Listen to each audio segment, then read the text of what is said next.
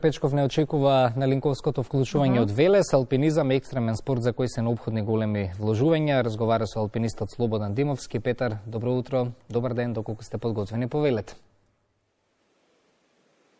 Да, добро утро, Ване. Втор поздрав, овој пат од градскиот парк. Слободан Бобо Димовски е млад, 24 годишен, кој што веќе има 10 годишен стаж од искачување на планините во Македонија, но и во Европа. Бобо, добро утро и добро дојде на утринската програма. Добро утро на гледачите на утринската програма. Благодарам за можноста што еве вака јавно може да споделиме од нашите искачувања, лично мои и од нашиот клуб, алпинистички клуб Велесин од Велес. Да, со оглед на вашата младост, како се решивте од толку многу спортови за планинирањето, поточно за алпинизмот, и да направиме една разлика, нели, планинарење и алпинизам, и тоа вие започнавте на ваши 13-14 години, ако не се лажам. Да, значи ја од секогаш сум бил љубител на природата, првен сум бил член на извидничкиот одред во Велес, и така редовно сум бил по планините низ Македонија, но секогаш ме привлекувале тие понедостапни делови за искачување, стрмни вертикали. И така се разви љубовта за малце поекстремно да навлезам во тие планински спортови, односно во алпинизмот. Сплет на околности беше да имам среќа да се најдам со Борче Јовчевски, учесникот на првата хималајска експедиција од Македонија, и така да започнат сите понатамошни активности. Каде се имаш искачено и овие снимки сега што одат во позадина, дали некој пат се завртел зад тебе да видиш што има? Бездна. Па да, моментално кога го правев тоа видео, тие снимки, така направив еден поглед наназад и видов дека има доста искачувања. Значи, на почетокот сме почнале тука локално, Велешката клисура Пешти, Демир Капија, Матка, Плоча во Радовиш, па после сме продолжиле по локалитетите во соседниве земји, како што е Враца во Бугарија, Метеори во Грција, па потоа сме напреднале со усовршување техники во зимски алпинизам, зимско искачување.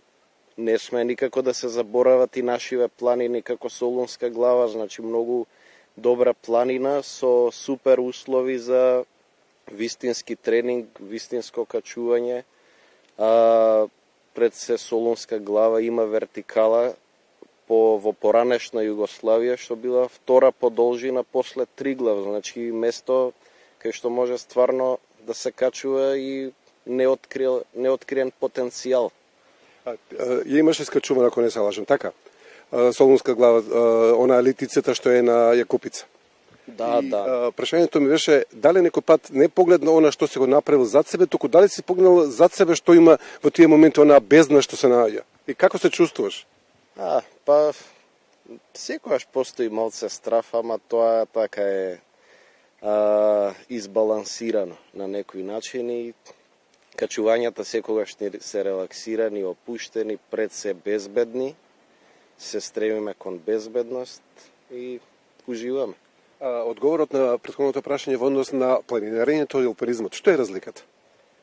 Па планинарењето е спорт кој што повеќе сега нашиот јазик нема толку соодветна терминологија, ама планинарење вообичаено кај нас е поим кога ќе земеш теки, ранеци и одиш на искачување на некој врв, како што се у Македонија, ајде да речеме Тито врв, и сите врвови останати за разлика од Солунска глава, нели може планинарски да се искачува, може и алпинистички да се искачува.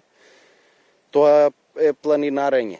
И доста се меша терминот планинарење и алпинизам. Алпинизмот е нешто сосема друго, значи на некој совладување на одредени техники на непристапен терен, искачување на нови вертикали, поставување нови патеки, правци, сосема различно од планинарење. Тоа е нешто мене што ме исполнува. Да го споделиме твоето искуство од искачувањето на Матерхорн. Таму беше високо, стрмно, зимски услови. И кој е следен предизвик? Па, вака сега Матерхорн беше изминатава година, а пред тоа имаше и некои други врвовини за Европа. Односно, секоја година, секое лето пробуваме да направиме по едно или две излегувања на Алпи, за да се држиме во некој континуитет. Матерхорн беше посебна авантура за мене и за мојот другар од Србија. Нешто ново со кое се соочивме, вертикали, висина, иако летно беше искачувањето, значи во тој период имаше доста врнежи од снег, така што искачувањето наликуваше на зимско. Бобо, за крај на овој разговор, на прашање претходниот соговорник во студиото, кога го праша на кои планини посебно акцент ќе стави, тој кажа Мавро, натаки тие планини. Сега ќе бидеш ли локал патриот, па ти ќе ги посочиш некои други планини? Па еве, ја би дал највеќе акцент на Солунска глава, како најблиску до Велес, како најголем алпинистички потенцијал во Македонија. Да се трудиме, да работиме, да напредуваме. Ете, направивме и клуб во Велес алпинистички, ќе се трудиме да има и нови членови, да го промовираме алпинизмот, да има нови генерации и така. Добро, јас те благодарам што беше ова утро гостин, ти посакувам успешна работа, следното гостување со некој нов освоен врв по оние стрмни литици и со твоите впечатоци. Да, тоа беше Слободан Димовски, алпинист, иако на неговите 24 години, тој на нестандарден начин ги освојува планините. Кристина, слушнавте, гостинот во студиото се пофали со едни предели, ние тука други локални со други предели, така е секој на своето, и да на крајот од овој разговор пријатно се изненадив ово утро кога видов во градскиот парк колку народ трча, рекреира и спортува. Сепак се грижат до себе, очигледно.